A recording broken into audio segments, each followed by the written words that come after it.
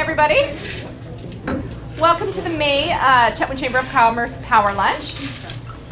Today's keynote speaker is Rodger with Fraser. He's the new manager. And Woods manager Colin Neiser. Yep. Who will be updating us after lunch here on everything you needed to know about West Fraser and more. Before we start, I'd like to thank our Power Lunch room sponsor, which is Pomeroy Hotel, as well as our lunch caterer, Crazy Beans Bistro. They supplied soup and meats and delicious deviled eggs. There might be one missing. I tried it already. They're really good. And also, I'm just going to take this time to advertise a new platform, and I mentioned this at our last meeting. It's been launched by the BC Chamber of Commerce along with provincial chambers of commerce called BC Mind Reader. And BC Mind Reader is an insight community powered by Vision Critical. And it's a cloud-based platform that can gather real-time information directly from our members, so you guys. To participate, you just log on to bcmindreader.com and use your voice to just respond to the surveys that are on there. So they are provincial issues that relate to all of us. By joining Mind Reader, you will have the opportunity to weigh in on important issues that impact your business. We are stronger together, and the bigger our community is, the better our advocacy efforts for the province. Also, next week, the Chetwynd Chamber of Commerce is off to the BC Chamber of Commerce's annual general meeting. This 4-day meeting includes 2 days of provincial policy, as well as several incredible presenters, panels, and workshops that will no doubt be shared and have an effect of all of you here in our community. Also, just to toot our own horn, we've been nominated for the BC Chamber of the Year this year. So hopefully I get to come home with that. Thank you. Also, what criteria? Based on all sorts of amazing criteria. So it's membership, networking, advocacy efforts. So it's based on all these nifty little things.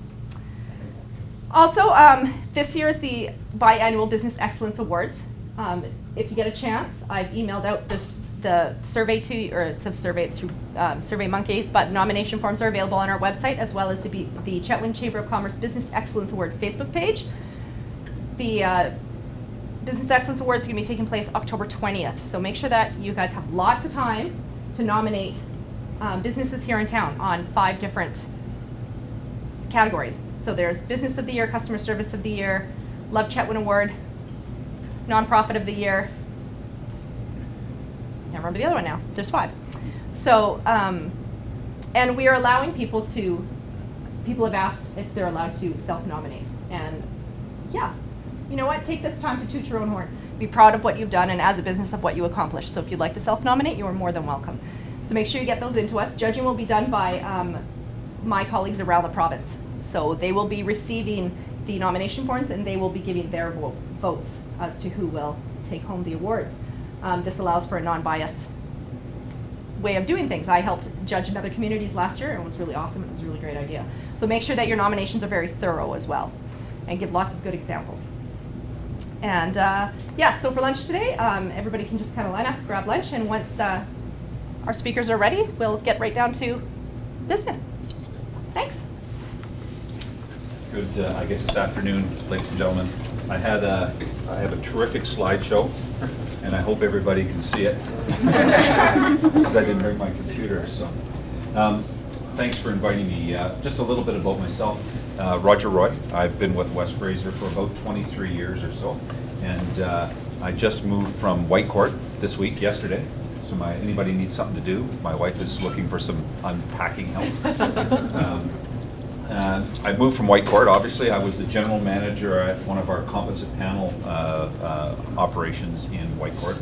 It's on the same site as our Blue Ridge Lumber facility. Felt pretty privileged to be able to move to Chetwynd. We're originally from BC, not originally, we're originally from Ontario, but moved to BC in the early mid-90s and had a 5-year plan like somebody else I was talking to here. And 15 years later, we were still in Quesnel, and I was working at an MDF plant in Quesnel as well. So what I wanted to do was just talk a little bit about West Fraser and about our market, our situation in North America, BC, and in specifically maybe here about Chetwynd as well. So bear with me as I have my cheat sheet in front of me. So West Fraser is a family company that was founded in 1955 by 3 brothers Bill, Sam, and Pete Ketchum, and they moved up from Seattle to the interior of BC, looking to invest some money. They came from a family that had a little bit of money, and they wanted to do something on their own. So they went originally to Williams Lake and couldn't find anything, so headed up the road to Quesnel and bought a small planer mill. The planer mill, 2 mile flat planer, was bought for $60,000, and the story goes that they bought the sawmill or the planer mill for $4,000 or $5,000, and they spent $55,000 on a guy named Doug Floyd, who was one of our original operations guys who set the tone for the company for the next 63 years. Over the years, West Fraser has grown pretty dramatically. When I started, I think there was, I'm going to say 12 or 13 mills back in the mid-90s, mostly in BC. I think we had just purchased the Alberta Energy Package, which included a pulp mill and an MDF plant and a big sawmill in Blue Ridge, Alberta, just outside of Whitecourt. And pretty steady growth. The company had done fairly well, and was based a lot on some family values that we try very hard to maintain to this day.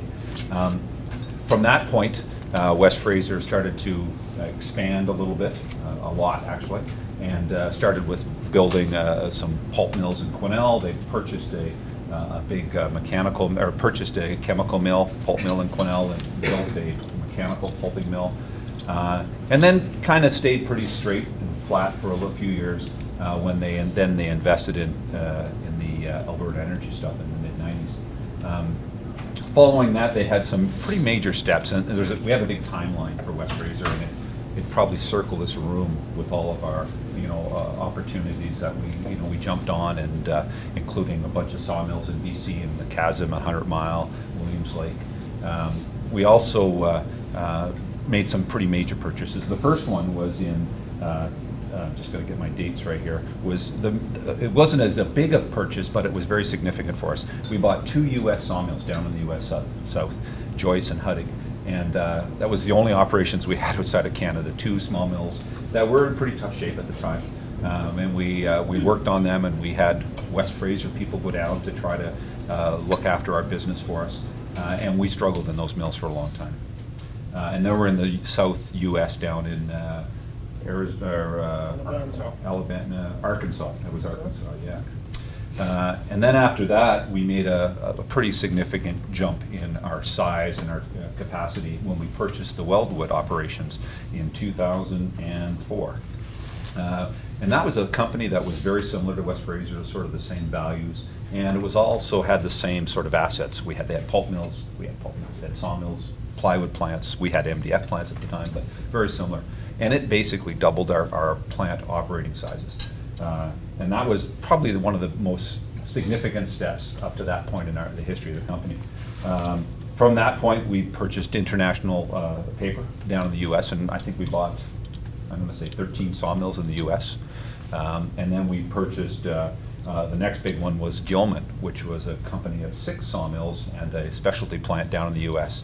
So we very quickly grown from 6 sawmills, and I'm going to talk about those 6 sawmills in a minute, into expanding into Alberta with the Alberta Energy, and then into the U.S. With the international paper and the Gilman purchases. So today, West Fraser is the largest lumber company in North America.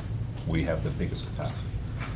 We are also about 50 separate operations in our company. So, and forgive me for not having the numbers right, maybe. I'm thinking there's 13 sawmills in BC, there's probably 12 in Alberta, something like that, total operations, and then the rest are all in the U.S. South. And you can ask the question, why would we go to the U.S. South? And it's really mostly about fiber. We have tremendous fiber resources, it's a great basket down in the U.S. South, and lots of opportunity. In the U.S. South, the business has always been the logging. It's the sale of timber. West Fraser's we don't own a whole bunch of timberlands. We process the logs. We are a lumber producer mostly, and we saw great opportunities with some pretty good mills, nice new mills, but a lot of older mills that had not been invested in. And West Fraser, over the last number of years in BC, Alberta, and the United States, has invested pretty heavily, and I'll talk a little bit about that in a second. West Fraser is pretty diversified. We pride ourselves in using the entire tree. We have operations in laminated veneer lumber. So that's the LVL. Those are those big beams that you might have in your house for support for structural beams. We produce those in Rocky Mountain House. MDF, where I'm from, for the last 30 years. And that's cabinets and door jambs and trims and moldings. We do all that. We don't make the products, we just make the raw MDF for secondary manufacturing. Obviously lumber. We have 38 lumber mills, I think, is our total. And pulp and paper, we have 5 pulp operations, partnerships. And then we also have plywood, and we're the largest plywood producer in Canada as well. So we've been operating in Canada for 63 years, starting in Quesnel. And at present, we're just about 9,200 employees in Canada and the United States. So. Great map showing the locations. But like I said, all over BC, mostly, I shouldn't say all over, in the interior of BC, from Chasm and 100 Mile through Quesnel up to Smithers on the west line, and then towards Alberta. Chetwynd is our farthest in BC, and then we go into Alberta, where we have as far north as Manning, Alberta. And then, like I said, in the U.S. South, we have mills in Florida, believe it or not. Wow. If you think sawmills in Florida, and we have a lot. I think we have, what, five sawmills in Florida. So it's a pretty good business for us. Just gonna flip over that one. You know, just about a little bit about that was about our investment in North America. When you talk about BC, we've invested a tremendous amount of money in BC alone, about $500 million in BC investment. And specifically, I've got a list of all of the different investments, but I'll just talk about Chetwynd for a second. In the last 5 years, West Fraser has invested $130 million in our Chetwynd Forest Industries operation. $130 million. We could build brand new mills. You could build a brand new 2-line mill for $130 million. So it's a pretty significant investment. The one thing that I didn't mention as part of our business is also energy production. We produce quite a bit of electrical power in our BC operations at Chetwynd. We produce power and dump it on the grid and sell it to BC Hydro. And in Alberta, we do the same thing at a number of operations, including some of our pulp operations and one of our sawmills in Manning. So Fraser Lake also has a similar power generating station similar to what we have at Chetwynd. Our investment in the power generation in Chetwynd alone was about $90 million. So pretty significant investment for this group. We put a new planer in Chetwynd in 2013, new kilns, and last year we put a brand new continuous operating kiln, and then obviously the power production in 2015. So pretty significant investment in BC, and more specifically Chetwynd. Chetwynd, by the way, is our most, how would I put this, is the one mill we put the most investment to in all of our plants in all of North America. Wow. West Fraser's invested more in this town than any of our other operations, so that's pretty significant.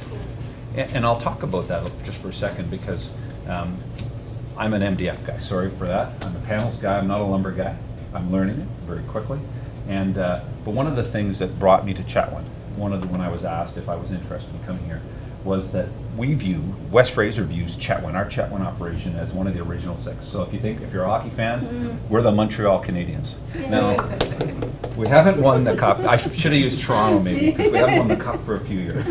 But we are one of the original 6 operations that was originally part of the West Fraser group. And we have employees that I talked to. I talked with one the other day, 43 years. Mel, where's Mel? How many years, Mel, do you have? 30. 30 in our planer, right? So it's not just a tremendous economic investment. You know, we invested also pretty heavily in our people. People that have retired to this community or have moved on to bigger and better things, counselors and such, right?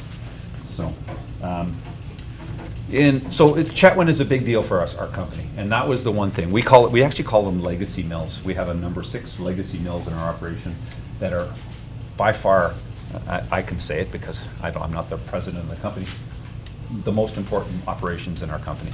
This is a big mill for West Fraser.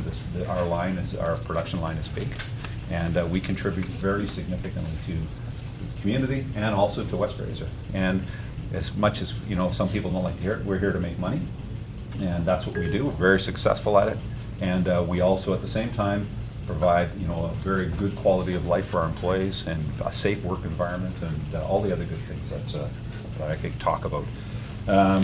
Just a little bit about BC. We're in 8 communities in BC. I probably could list them if I thought about it for a minute.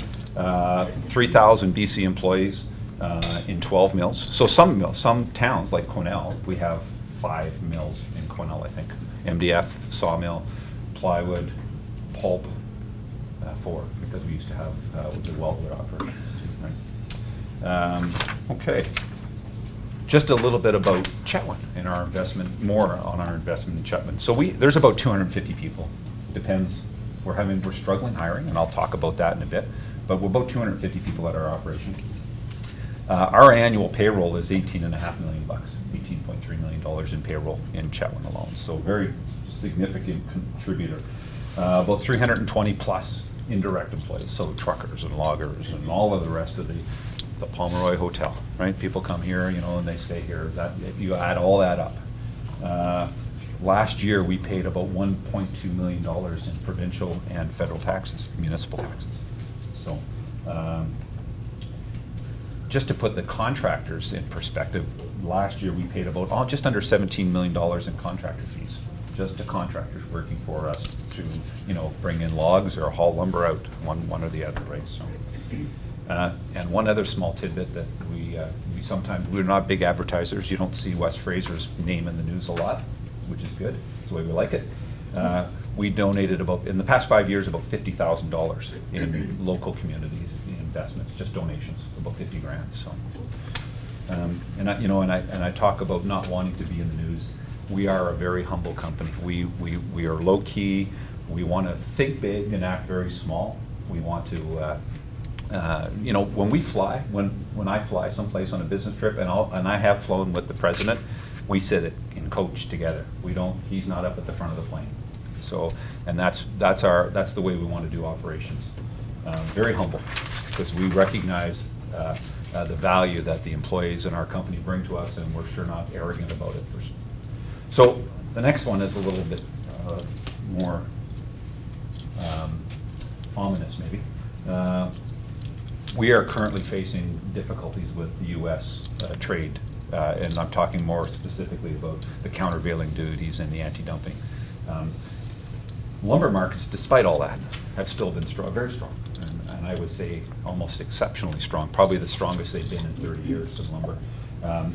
And on top of that, we're still paying 23.6% tariffs to the U.S. on every stick of board that goes down to the U.S., so pretty significant. Last year, despite that, West Fraser's had its best year in the history of the company. And the reason, I'll talk about that in a second, but why I believe that is. We believe very strongly that for West Fraser in particular, we would rather have no deal at all in countervailing duties in the lumber rather than a bad deal. We know we are positioned financially, we're positioned with our capital investment and our resources very well, and set ourselves up for this. And a bad deal will just make it even worse for our company, and we have no desire to go down that path. So no deal is better than a bad deal. And we strongly support the Canadian government's efforts in the negotiations with the U.S. Department of Trade. You know, I mentioned earlier about our strategy. We have been working very hard. So I'll back up a bit here. Softwood lumber is not new. We've been dealing with this issue. I think there's been 5 agreements, if I recall, and since the mid '80s. And every one of them, you know, we negotiate. We get to a deal, the deal terminates, and then we go into this big, we got to pay tariffs. And in most cases, when we appeal, we go to the trade commissions or international, I forget what it's called. We always win because we're right. We believe we're right. And but to protect our business and to protect our employees, we have invested heavily. When I talked about the U.S. earlier, I mentioned that we bought a lot of older mills, some really nice brand new ones, but some older mills, but we invested huge amounts of money down in the U.S. to rebuild those mills, to make them competitive, because we will be the lowest cost manufacturer in the lumber industry.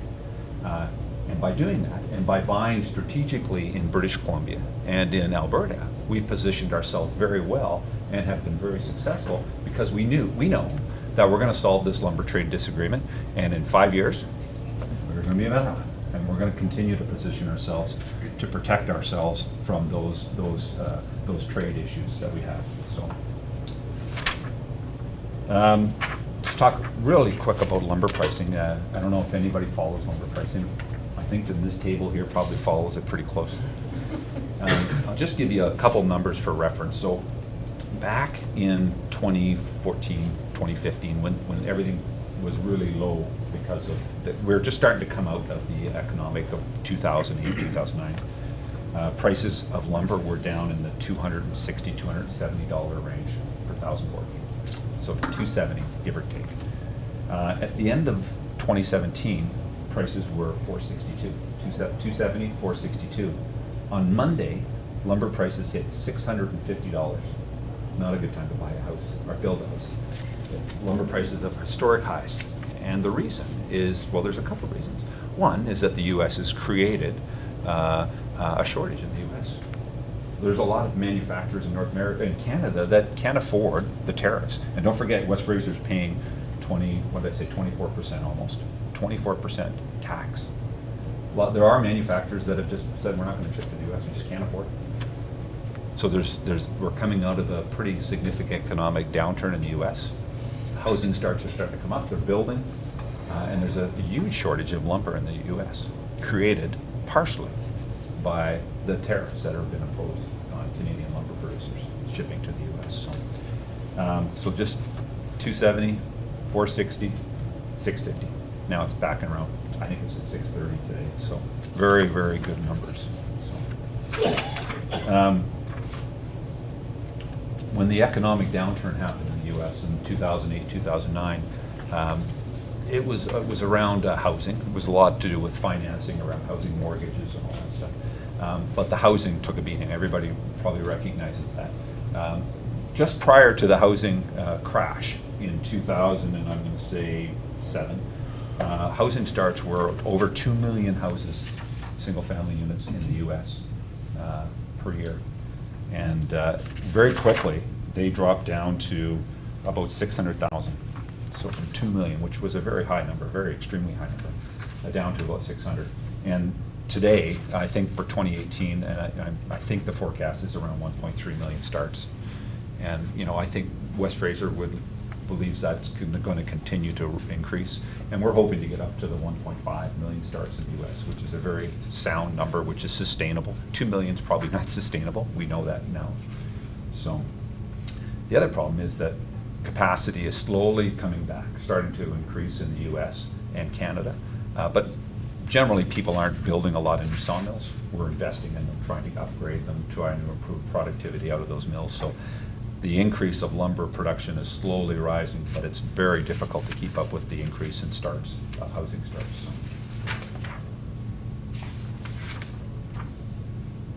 So I'm going to hand this off to Colin, who's going to give us a little bit of detail on fiber, and Colin is newer than I am, but he's an experienced forester that has a lot of insight into what's going on here.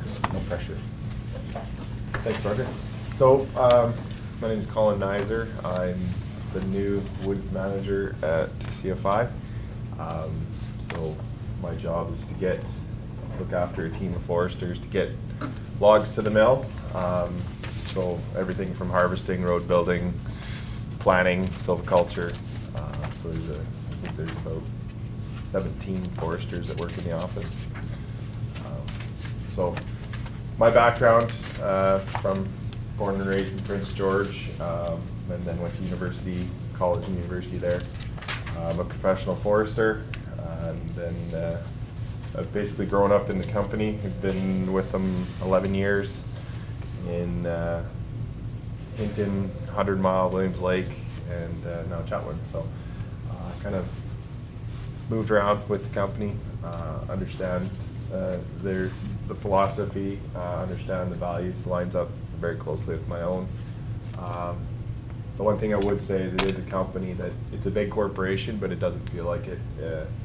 you look at all our managers, Rodger, myself, we've pretty much grown up in the company from summer students up. It's we've got a big promote within culture, and so it's one of the companies that, like Rodger talked about, you'll get your vice presidents and your Hank Ketchum come in and they'll talk to you and they'll talk to the janitor and they'll talk to anyone. They just you would never guess who they were unless you knew them prior. So it's kind of a really neat thing about the company. So our Chetwynd operation, we consume 1.2 million cubic meters a year. So we have forest license. So what that allows us, we have tenure with the government to go out and lay out blocks and put permits up. So for that, we have 370,000 meters that the government allows us to go do that every year on. So that leaves us with 875,000 meters that we need to go out to market and buy. So 70% of our consumption, we need to go out there and purchase it. So we need to look at BC Timber Sales. Government will have a stand of timber, and we'll go out and we'll bid on it and log it and bring it to town, or wood lots, or private land. So, we're heavy purchase wood users in Chetwynd. So we have to be an efficiently ran mill. We have to be heavily, we have to take that money that we can make and go and buy timber so we can run another day. So that's probably my main focus day to day is getting wood to the mill. Which leads me to access to fiber. So for us, being out there and looking to purchase all this wood, we're constantly looking at new sources, and we're looking at Fort St. John timber supply area. So right now, that timber supply area is undercut by 5 million meters. It's basically, they're not addressing the mountain pine beetle at all. You go in a helicopter and it's sees the dead pine. Yet we have no real access to this fiber. We have access through BCTS, but it's, we don't have control over when, how, and what types of sales these are. This fiber is being grossly underutilized today, and we're trying to get access to it. Recently, there was we've pleaded our case. There's government has established, they just had an AAC review, so an annual allowable cut, how much can be sustainably cut off the land base each year. So that the government was in the process, and I think last week they just made their determination. They come back with no change. So basically they're saying the fiber's there, we don't care, it's gonna fall down. We're over here saying, hey, we want to use it, we want access to it. Why are we gonna let a crown resource fall down and rot when we can use it? We need to use it. We need to operate in Chetwynd. We need that fiber, and so we're gonna go back and see what we can do. There was a discussion paper put out by the government that says that it could be the AAC could be lifted by 500,000 meters a year and wouldn't affect midterm timber supply, wouldn't affect long-term timber supply, and wouldn't affect the players up there. So it's it's a really bizarre decision not to somehow allow us access to some of this fiber. So that's a big issue that we're working on right now, and it has a huge impact on Chetwynd. Second one that has a huge impact on Chetwynd is a very recent. It's the southern mountain caribou. Minister McKenna determined that the southern mountain caribou they don't face imminent threat to their survival, but to their recovery. So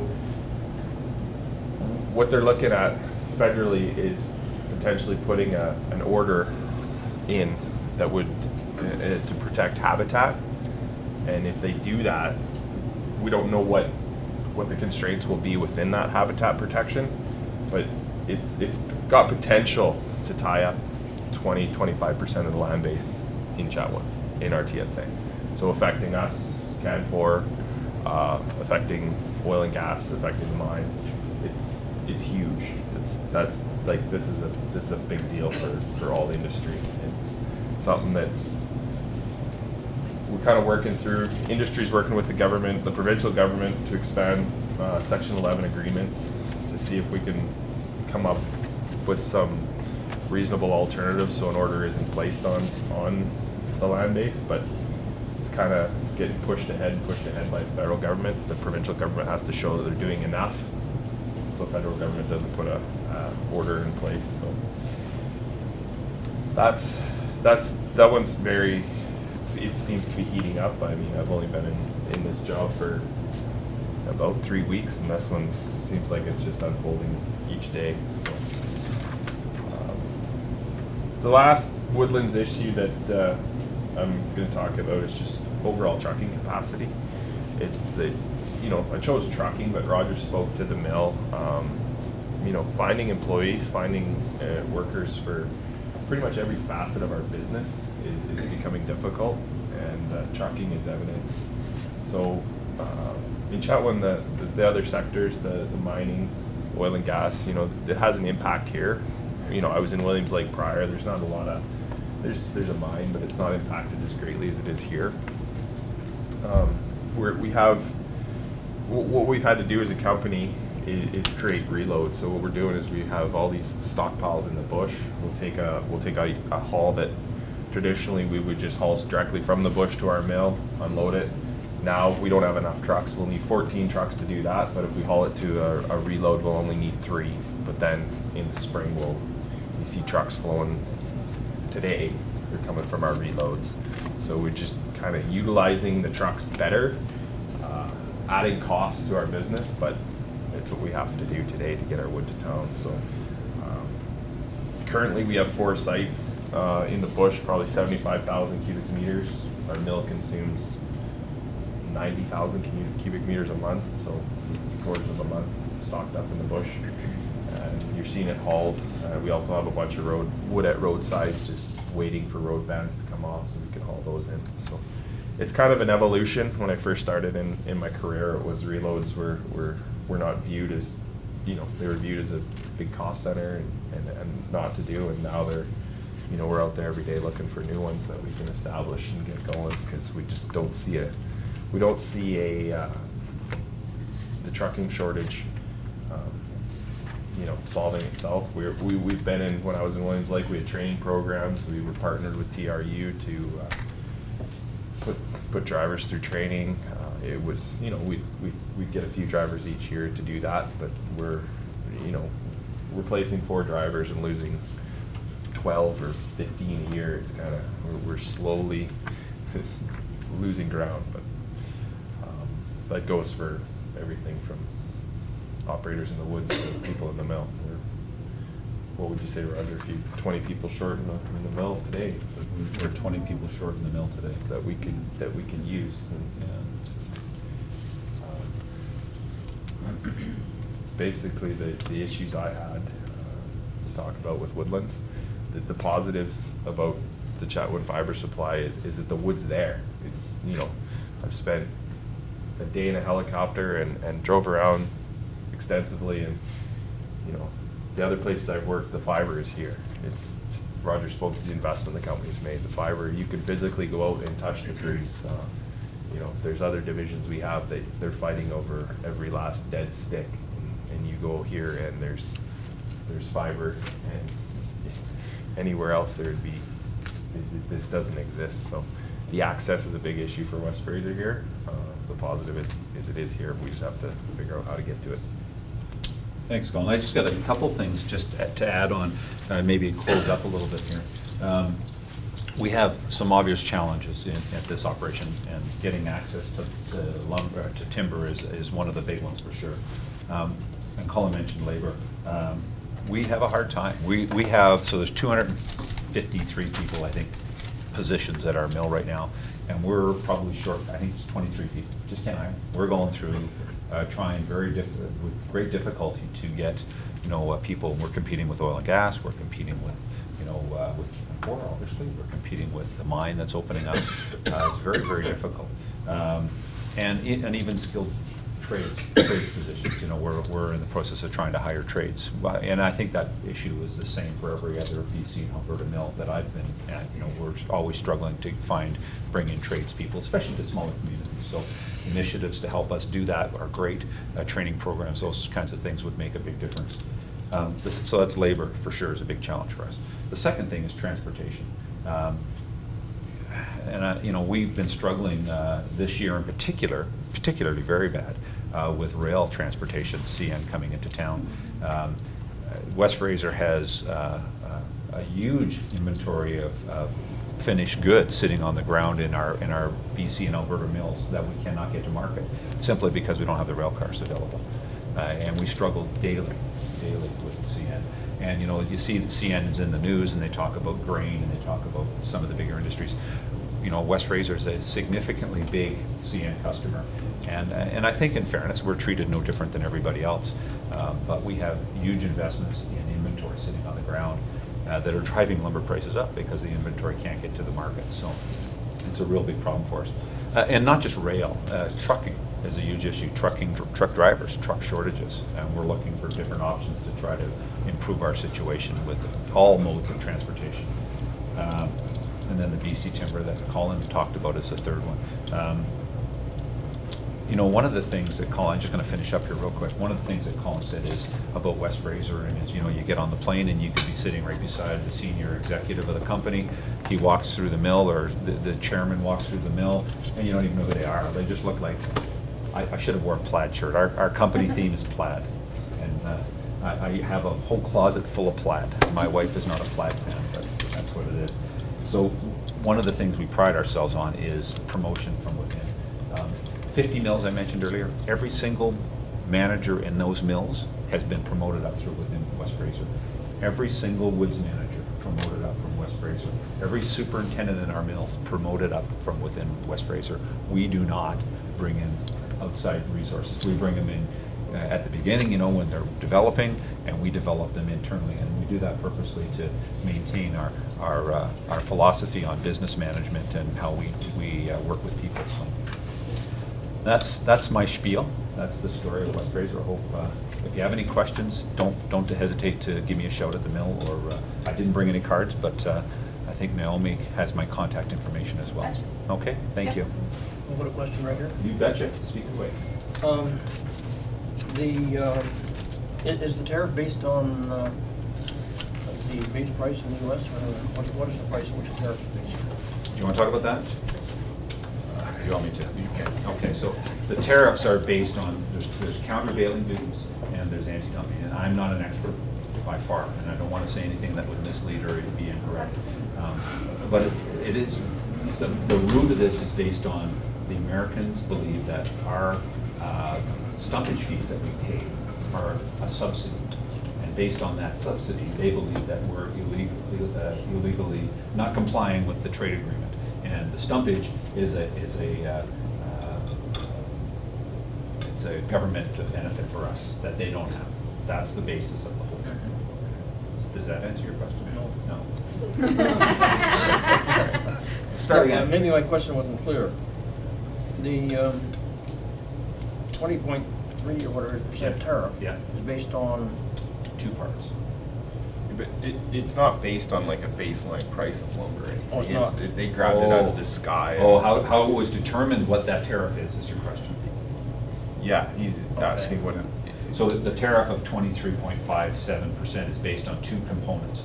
One is the countervailing duty, and one is an anti-dumping. And I don't want to. Yes, I understand that. But the basis of the 23% isn't based on you're selling lumber at this, and I think it should be this. It's just So the 30%. Well, and then they based it a bit on the size of the company, and they picked 5 companies, and I think it was 5 across Canada, different logging lumber companies, and they evaluated the costs and the production and all of a whole bunch of issues around each of those individual companies, and from that they individually assessed a tariff to each of those companies.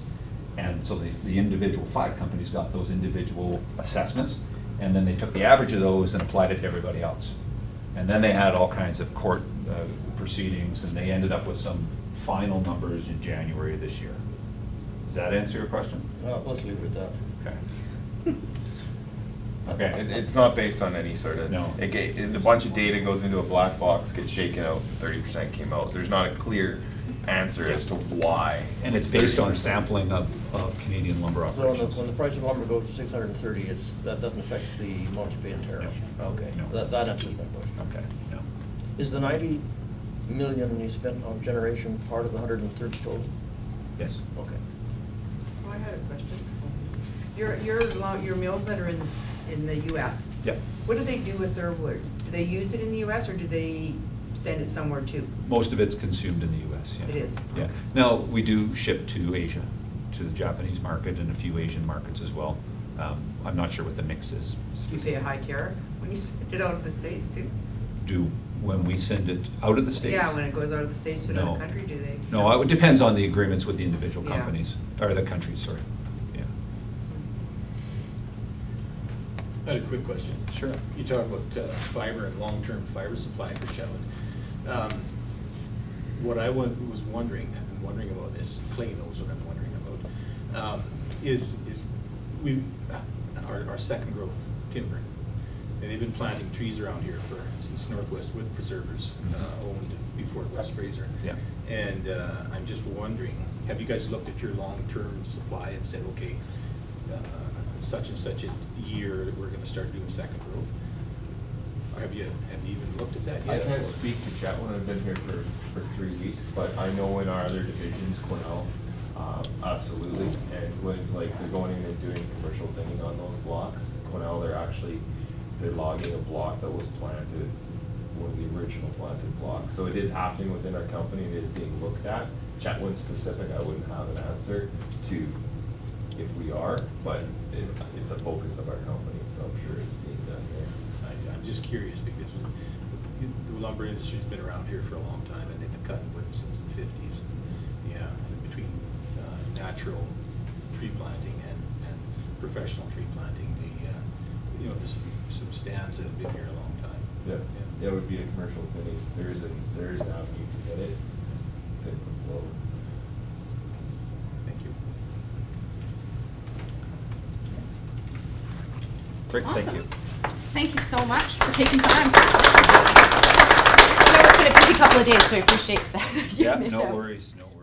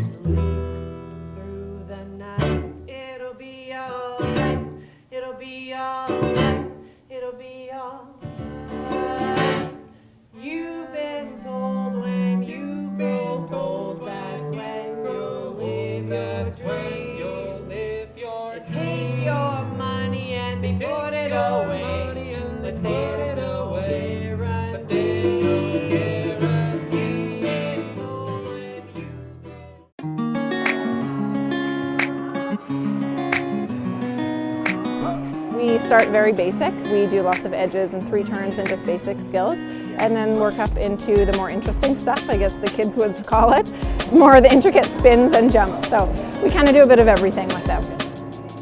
I'm doing doubles, so that's like a higher jump, and then just like spins and footwork and stuff. Yeah. What's the hardest part about it? Definitely the double loop. Yeah. Yeah. Why? Because you have to go up on one foot and do 2 rotations in the air and then land on the same foot.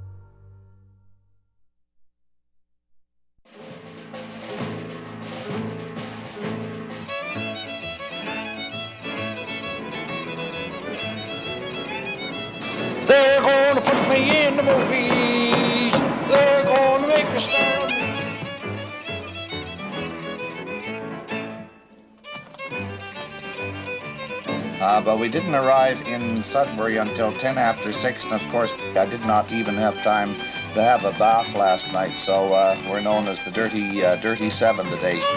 And in fact, most fiddlers I know are a breed unto themselves, sort of stuff.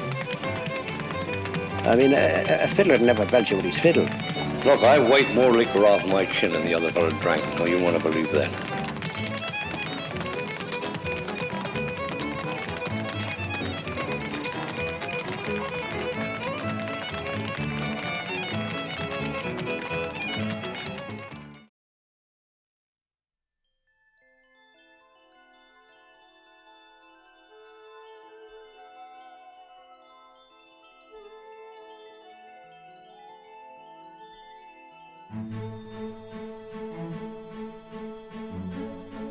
CHET TV is proud to present a hand-picked selection of some of the finest and most memorable short animated films, courtesy of the Canadian National Film Board, for your viewing pleasure.